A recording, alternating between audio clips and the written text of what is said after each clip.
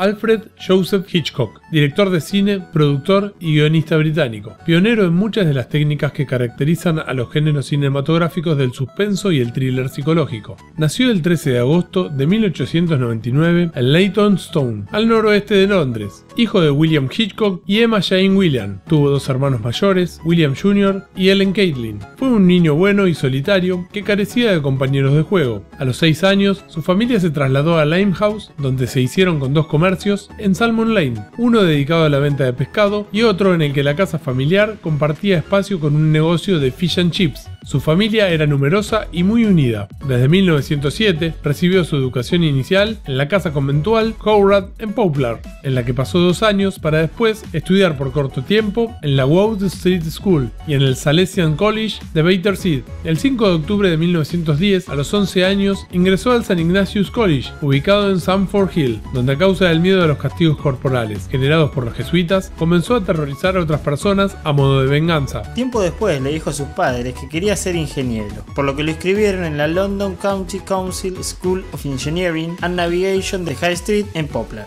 En ese lugar estudió mecánica, electricidad, acústica, navegación, física, química y todo tipo de clases. En noviembre de 1914 consiguió un trabajo en la compañía de Berluti Henley's Telegraph Works de Bloomfield Street, donde se encargaba de calcular el tamaño y el voltaje de cables, que compaginaba con clases nocturnas. En diciembre de ese año su padre falleció a los 52 años. Tras la muerte, Alfred y su madre continuaron viviendo solos en la residencia familiar de Salmon Lane, mientras su hermano se encargaba de los negocios familiares. Alfred retomó sus clases nocturnas en la Universidad de Londres sobre economía, ciencia política, historia del arte y dibujo. A los 16 años descubrió la obra de Edgar Allan Poe, la que lo conduciría a dedicarse a rodar películas de suspenso. Además leía obras de los escritores John Buchan, G.K. Chesterton y Gustave Flaubert. A finales de 1917 sus habilidades para el dibujo y sus clases de arte le merecieron su traslado al departamento de publicidad de la Henleys, donde ilustraba anuncios publicitarios de los cables eléctricos. Desde ahí promovió la creación de una revista propia de la empresa, The Henley Telegraph, de la que fue editor, administrador y su más prolífero colaborador. Su primera edición, en junio de 1919, se estrenó con la publicación de su cuento Gas, en el que combinó drama y humor negro. Al cumplir 18 intentó participar de la Primera Guerra Mundial, pero fue declarado no apto para el servicio y terminó uniéndose al grupo de voluntarios de los Royal Engineering.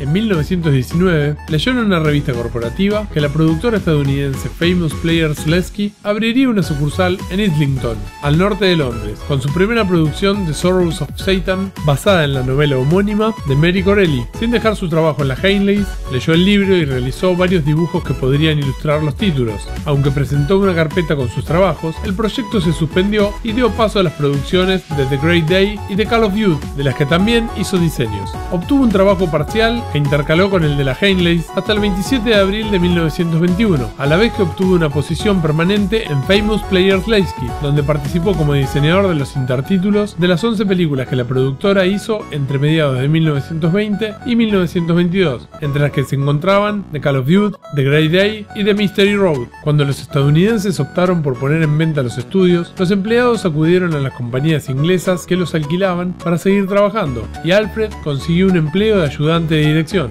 Una de sus primeras oportunidades como director llegó cuando entre 1922 y 1923 ayudó a Seymour Hicks con su film Always Tell Your Wife. El director original, Hugh Croyes, abandonó el proyecto y se desconoce cuáles escenas, de entre las que todavía existen, filmó Hitchcock. Por ese tiempo, recibió el encargo de dirigir la película Number 13, también llamada Miss Peabody, el cortometraje de comedia cuya historia corrió a cargo de Ellie Scott, que a pesar de la inversión de Hitchcock, su tío John y la propia Grit, la película se canceló. El estudio trabajó en 3 obras más: Tell Your Children, de 1922, en la que Hitchcock se encargó de los intertítulos; Flame of Passion, también de 1922, en la que trabajó en varias tareas en el plató; y Peggy the Next Vaccine, de 1923, en la que fue asistente. En el verano de 1923, los productores Michael Balcon y Victor Saville, con el empresario John Friedman, alquilaron los estudios para la producción de Woman to Woman, con dirección de Katz. Balcon contrató a Hitchcock como ayudante de dirección y más tarde el británico se ofreció para colaborar en otras tareas, como escribir el guión, los rótulos de la película, bocetar los decorados, preparar el reparto y supervisar el vestuario y la utilería. También fue durante este trabajo que Alfred conoció a su futura esposa, Alma Rabin.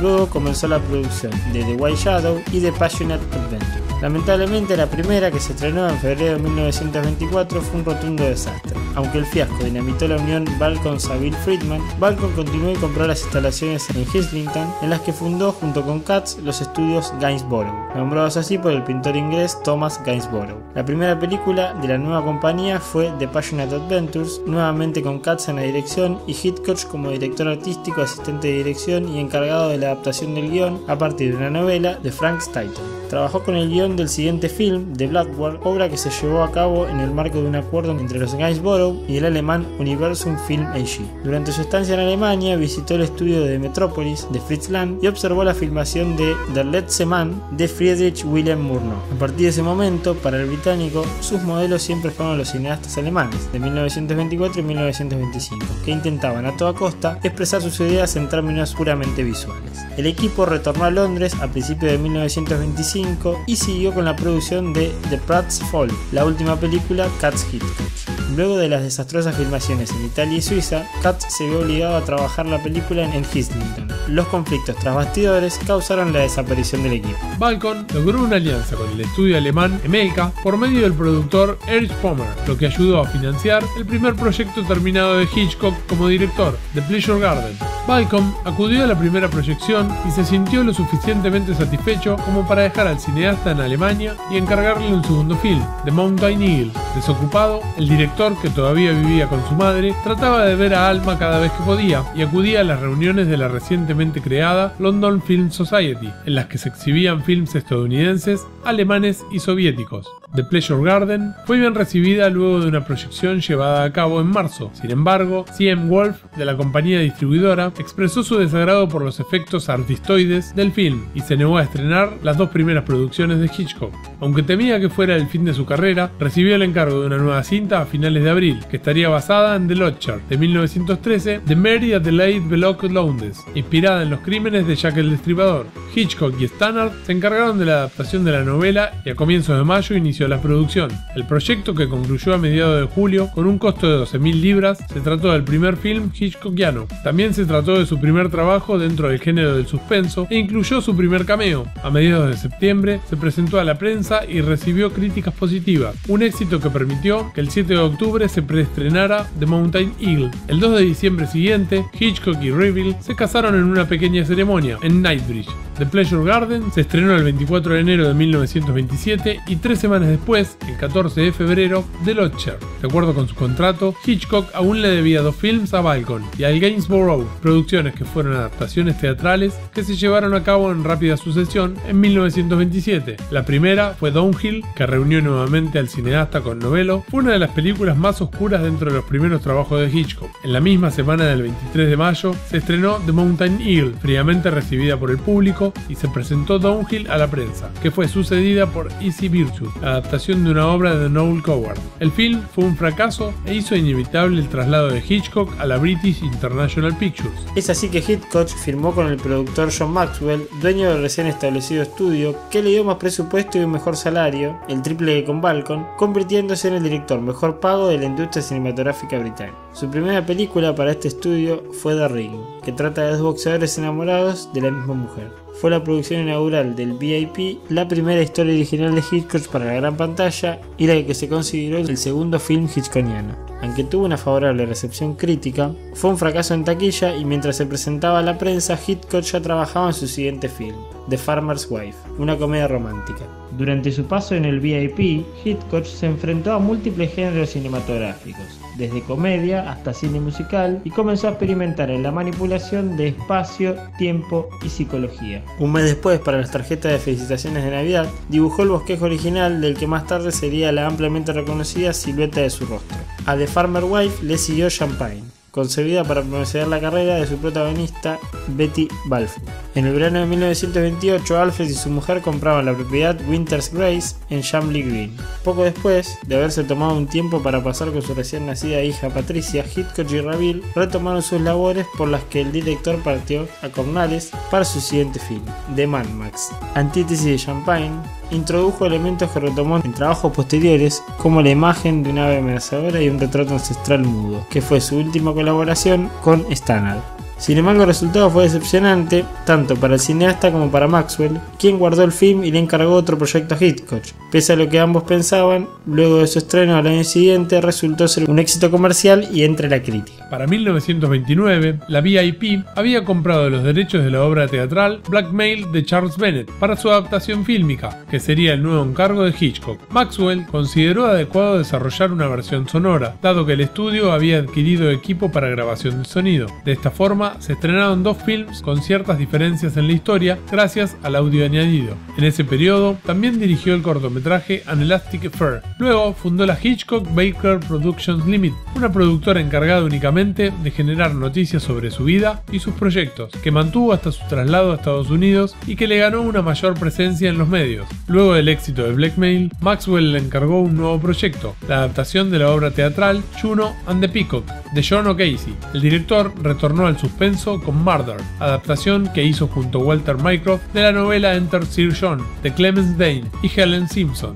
The Skin Game se trató de un nuevo encargo de Maxwell, adaptación de la obra teatral del mismo nombre de John Glassworthy. En su afán por alejarse de las obras teatrales, Hitchcock apuntó a una historia original para su siguiente producción. El resultado, trabajo conjunto de Alma y Alfred a partir de una historia de Dale Collins, fue Rich and Strange, que se estrenó en diciembre de ese año. Alfred, afectado por el fracaso y con una deteriorada relación con Maxwell y los directivos de la compañía productora, aceptó furioso encargarse de Number 17, adaptación de una obra de teatro de Joseph Jefferson Parcher, por considerarla un manojo de clichés. Su venganza fue hacerle una parodia de las películas de suspenso y aventura, al filmarla con tonos irónicos que pasaron desapercibidos por el estudio y la audiencia. No obstante, Number 17 representó inclusión de lo que acabaría por convertirse en un elemento característico de la obra hitchcockiana, el MacGuffin, una excusa argumental carente de relevancia que sirve para que la trama avance. En este film es un collar de diamantes. En abril de ese mismo año, su relación con la compañía estaba terminada y su última colaboración fue Lord Camber's Ladies, de la que figuró como productor. Finalmente, luego de la cancelación de dos proyectos más en los que se planeaba su participación, la VIP terminó su contrato. Más tarde, se acercó al independiente Tom Arnold, que lo contrató para dirigir Waltzes from Vienna, un musical sobre la familia Strauss. Fue el punto más bajo de su carrera. La segunda oportunidad, como Alfred le llamó, se concretó cuando él y Balcom firmaron un contrato de 5 películas para Gaumont British. Hitchcock y Bennett comenzaron a trabajar en el guión de The Man Who Knew Too Much, el primer éxito internacional del cineasta. Su retorno al género de suspenso se estrenó en diciembre del 34 y el enorme éxito en Reino Unido restableció su dañada reputación. Siguiendo la misma línea que su primera película con Gaumont British, Hitchcock trabajó en The 59 Steps, adaptación que hizo junto a Reville y Bennett de la novela homónima de John Buchan. Al igual que con el film previo, buscó dotarla de un ritmo rápido de humor y suspenso, a la vez que persistió en el uso del MacGuffin como elemento de la trama. Se estrenó con gran éxito en junio de 1935. El 22 de agosto de 1937 visitó con su familia Nueva York para entrevistarse con David O. Selznick, productor de Lo que el viento se llevó, quien lo contrató el 14 de julio de 1938. Las condiciones del productor convencieron a Hitchcock y se trasladó junto a su familia a Estados Unidos en 1939. En septiembre del 40, los Hitchcock compran Cornwall, un rancho de 200 acres situado al norte de California. El primer trabajo que Selznick encargó a Hitchcock fue la adaptación de la novela de Daphne du Maurier, Rebecca, de 1940. En esta película, el realizador recurre a procedimientos que serán característicos de sus obras posteriores más consumadas: un ritmo pausado, una historia contada según el punto de vista de un único personaje, la introducción durante el recorrido de un elemento que cambia totalmente el sentido de la historia y la utilización de procedimientos visuales espectaculares reservados a los momentos claves de la intriga. A pesar de sus 2 horas de duración, es un éxito y recibe 2 Oscars de 13 nominaciones, el de Mejor Película para Selznick y el de Mejor Fotografía para George Barnes. La segunda película yankee de Hitchcock volvería a estar centrada en Europa, Foreign Correspondent. Posteriormente, Hitchcock y su mujer hacen amistad con Clark Gable y su esposa Carol Lombard, para quien acepta dirigir una comedia romántica con Robert Montgomery, Matrimonio Original, de 1941. Tanto esta película como Sospecha, del mismo año, fueron producidas por RKO Pictures. A finales de 1941, después de haber rodado 4 películas en 2 años, Hitchcock se lanza a su producción más personal y audaz hasta la fecha, Saboteur, la primera colaboración de Hitchcock con Universal Pictures. En Saboteur experimenta nuevas técnicas con el decorador Robert Boyd. Rueda también 2 versiones diferentes de numerosas escenas para tener la posibilidad de elegir en el momento del montaje. Estrenada en abril de 1942 con gran éxito. El 26 de septiembre de ese año muere en Londres su madre a la edad de 79 años. Además, al año siguiente muere también su hermano Willie. El realizador elige Tío Charlie, una historia escrita por Gordon McDowell, para escribir el guión de lo que será La sombra de una duda. En 1943, su segunda película con Universal. De entre todas sus películas, La sombra de una duda es una de las preferidas de Hitchcock. El realizador presenta su propia fascinación por el crimen y los criminales en una escena donde 2 personajes tienen una discusión sobre las diferentes maneras de perpetrar un homicidio. En 1944, para 20th Century Fox, Hitchcock realiza la primera película abiertamente política, Lifeboat, una adaptación de uno de los guiones de John Steinbeck. La película fue nominada a 3 premios Oscar en las categorías Mejor Director, Mejor Guión Original y Mejor Fotografía. De vuelta a Inglaterra, Hitchcock realiza 2 cortometrajes, de aproximadamente media hora cada uno, para el Ministerio de Información británica, Bon Voyage y Aventura Malgache. Estos films, rodados por las fuerzas francesas libres, son los únicos de Hitchcock en francés. El segundo, juzgado demasiado sensible, sería prohibido en Francia. En 1945, Hitchcock es contratado como consejero artístico para un documental producido en el ejército británico y consagrado a la soap. Ese año, Hitchcock vuelve a Estados Unidos para rodar Spellbound, segunda película del realizador, con Selznick como productor, y que explora el tema del momento del psicoanálisis, donde destaca la colaboración de Salvador Dalí, que diseñó y elaboró los decorados de la escena del sueño. Juzgada demasiado perturbadora para el público, la escena onírica, tal como aparece hoy en día, es bastante más corta que los minutos previstos en un inicio. Con Notorious, empezó a trabajar con Ingrid Bergman, la primera rubia hitchcockiana por la que sentía fascinación, llegando a manifestar en una entrevista que prefería protagonistas rubias porque las consideraba más misteriosas. Mientras trabajaba en la escritura del guión con Ben Hedge, decide utilizar como MacGuffin el uranio pasado de contrabando en botellas de vino por los espías destinado a la fabricación de una bomba atómica. Notorious gana un enorme éxito en el box office y quedaría marcada como una de las películas de más renombre del realizador. The Paradigm Case, de 1947, un drama judicial, sería la última película de Hitchcock producida por Selznick, siendo un desastre tanto de público como de crítica. Hitchcock se negaría a continuar su colaboración con Selznick y desde entonces haría intentos por autoproducirse. En 1948, Hitchcock, con su amigo y compatriota Sidney Bernstein, crea Transatlantic Pictures, una sociedad con la que dirigirá 2 películas. Para la primera, elige adaptar la obra Rope's End, de Patrick Hamilton, que se convertirá en el film La Soga. Rope es la primera película de Hitchcock rodada en color y constituye también un ejercicio de estilo. Experimenta igualmente con planos excepcionalmente largos, con un total de 11, uno por bobina, algunos con hasta 10 minutos de duración. A pesar de ser una pesada cámara Technicolor, Hitchcock logra desplazarse de manera fluida a través del decorado y seguir la acción continua de los largos planos secuencia. La película se estrenó en Estados Unidos en septiembre de 1948 con el título de Alfred Hitchcock Rope. Era la primera vez que su nombre aparecía en el título, pero las críticas y la taquilla fueron moderadas. El primer éxito de Transatlantic Pictures contrasta con el fracaso de Under Capricorn de 1949, un drama histórico que tiene como escenario la Australia del siglo XIX. Es la película que el cineasta más lamentó haber rodado. El fracaso del film significó el fin de la efímera sociedad Transatlantic. El 3 de enero de 1949, el realizador firmó con Warner un contrato con el que se comprometía a rodar 4 películas en 6 años por el elevado salario de $990.000.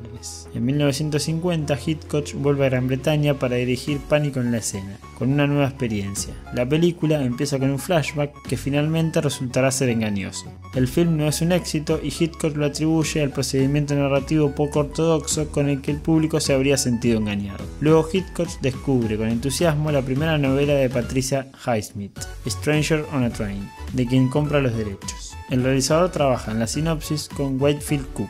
Hitchcock confía uno de los papeles secundarios a Patricia, su propia hija, entonces con 22 años y que ya había interpretado un pequeño papel en Pánico en la escena. Estrenada en marzo de 1951, Extraños en un tren tiene un gran éxito. La idea de adaptar una pieza llamada Nuestras dos conciencias, un drama católico escrito en 1902 por Paul and Tim, no paraba de dar vueltas en la cabeza de Hitchcock. Más de una decena de años más tarde, tuvo finalmente la oportunidad de llevar a cabo este proyecto que poco a poco se fue convirtiendo en lo que sería Yo Confieso, que se estrenó en febrero de 1953. La película fue recibida tímidamente, tanto por la crítica como por el público. A esta le siguen 3 películas muy populares, con Grace Kelly como protagonista, que se convertiría en el arquetipo de la rubia hitchcockiana. Crimen Perfecto marca el retorno de Hitchcock al Technicolor, pero experimenta también un procedimiento de moda en aquel tiempo, el cine en 3D en relieve estereoscópico. Sin embargo, la película no será explotada en ese formato hasta comienzos de los años 80. Lee Wasserman, el agente de Hitchcock,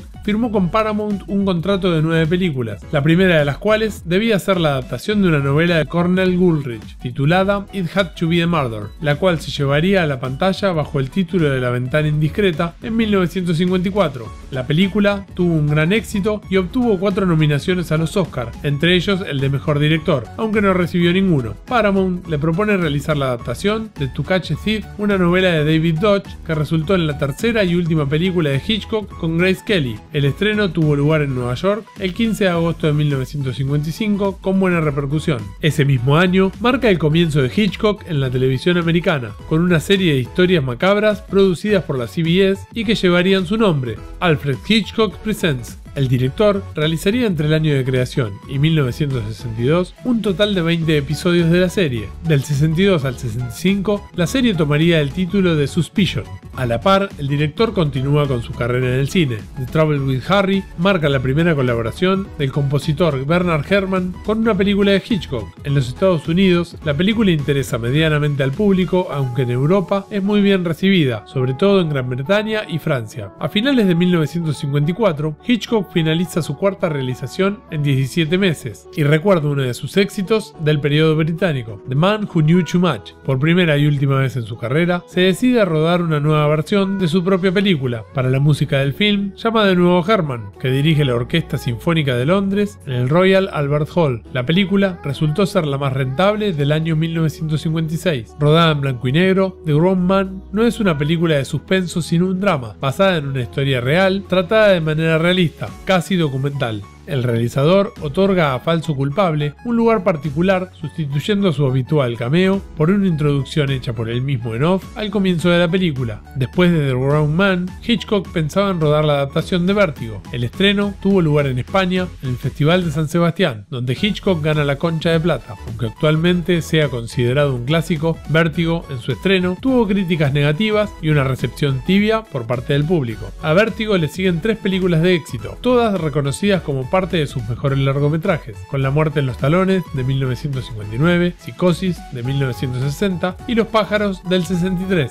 En Con la muerte en los talones, Cary Grant hace de papel de Roger Thornhill. La escritura del guión es confiada a Ernest Lehman, mientras que los créditos, al igual que los de Vértigo, son del grafista Saul Bass. La década de los 60 comienza con 2 películas generalmente consideradas como obras de arte del director: Psicosis, protagonizada por Anthony Perkins, y Janet Leigh, uno de los principales éxitos comerciales de su carrera, la cual contiene una de las escenas más impactantes de la historia del séptimo arte, y Los pájaros, protagonizada por Tippi Hedren y Rod Taylor. En el New York Times, Hitchcock se encuentra con una excelente crítica del libro de Robert Bloch, Psicosis, y decide comprar la novela. Producida con el presupuesto muy limitado de $800,000, Psicosis fue rodada con el equipo de televisión de Alfred Hitchcock Presenta, en un terreno abandonado de los estudios Universal. Para escribir Psicosis, Hitchcock recupera a Joseph Stefano, un guionista principiante. Para la película, volvió a realizar la inspirada música Bernard Herrmann. En el estreno en Estados Unidos, la película fue mal recibida por la crítica. El público, sin embargo, respondió muy positivamente y la película consiguió una recaudación de $40 millones. En Europa, fue aclamada tanto por la crítica como por el público. La violencia sin precedentes de la escena de la ducha, la desaparición brutal de la heroína después de solo algunas escenas, las vidas inocentes acortadas por un homicida desequilibrado, todas características que serían copiadas luego en numerosas películas de terror. Después de haber terminado Psicosis, Hitchcock se marcha a Universal, con quien rodaría todas sus películas restantes. Comienza a trabajar con Joseph Stefano sobre el guión de Marnie, película que tenía que marcar la vuelta a la pantalla de la actriz fetiche del realizador, Grace Kelly, pero al final declinaría la oferta. Decepcionado pero no desanimado, el realizador, para su 49º largometraje, se decanta entonces por la adaptación de Pájaros, una novela de Daphne du Maurier, publicada en 1952 en la revista femenina Good Housekeeping. Stefano, que producía entonces la serie The Outer Limits, no estaba disponible y Hitchcock entonces buscó otro guionista. Después de haber considerado varios candidatos potenciales, entre los que se encontraba Ray Bradbury, el realizador se decanta por Ivan Hunter. Para encarnar el papel principal, elige finalmente a Tippi Hedren, que se añadiría desde entonces con Ingrid Bergman y Grace Kelly al grupo cerrado de las rubias hitchcockianas. El realizador dispone ahora de un presupuesto de $2,5 millones, más holgado que el de su película anterior, dinero que será sobre todo dedicado a los efectos especiales, que son un objeto de cuidado particular. Las secuencias en las que se ven los pájaros atacando requerirán en efecto de centenares de presas, mezclando escenas reales y escenas de animación. Para la banda sonora, la música es reemplazada por efectos compuestos, entre otras, de la grabación de gritos de pájaros y del batir de alas. Herman se encarga de supervisar la distribución en las diferentes escenas. Los pájaros fue presentada por primera vez en el Festival de Cannes de 1963, dejando al público en estado de shock. En Estados Unidos, la película ganó más de $11 millones. Posterior a eso, la salud de Hitchcock empeora y es obligado a reducir su producción durante las últimas 2 décadas de su carrera. Rueda 2 thrillers de espionaje sobre el fondo de la Guerra Fría. El primero, Cortina Rasgada, marca el fin de la colaboración entre Hitchcock y el compositor Bernard Herrmann, quien es reemplazado por John Addison. La película se estrena en Estados Unidos el 27 de julio de 1966. La siguiente película de Hitchcock, Topaz, es la adaptación de una novela de Leon Uris. Al final del rodaje se efectuaron pruebas de las proyecciones y resultaron desastrosas. Como consecuencia, se cortaron escenas y se propusieron 2 finales opcionales. El National Board of Review otorgaría, sin embargo, el premio al mejor director a Hitchcock por este film. En 1968 recibió de parte de la Academia de Artes y Ciencias Cinematográficas el premio Irving G. Thalberg a toda su carrera. Posteriormente recibió un homenaje en Nueva York realizado por la Sociedad Cinematográfica del Lincoln Center. En 1976 rodó Family Plot, la última película del director. En 1979 la American Film Institute le otorgó el premio de la labor de toda una vida y ese mismo año la reina Isabel II del Reino Unido le otorgó el título de ser. El 29 de abril de 1980, Hitchcock murió en su casa en Los Ángeles a los 80 años de edad y fue enterrado en la iglesia del Buen Pastor de Beverly Hills, dejando un impresionante legado a la historia del cine. Las innovaciones y la visión de Hitchcock han influenciado a un gran número de cineastas, como Truffaut, Chabrol, Roman Polanski, Brian De Palma, Martin Scorsese o Steven Spielberg. Hitchcock ha ejercido una enorme influencia sobre el desarrollo de algunos géneros cinematográficos, esencialmente con 2 de sus películas, Psicosis y Los pájaros. La primera es sobre todo el origen del Slayer, subgénero del cine de terror que agrupa a las películas donde un asesino psicópata elimina uno por uno los personajes de la historia, y la segunda se encuentra en el origen de las películas de catástrofes. Psicosis sirve de referencia reconocida en John Carpenter's Halloween en 1978, The Texas Chainsaw Massacre de 1974,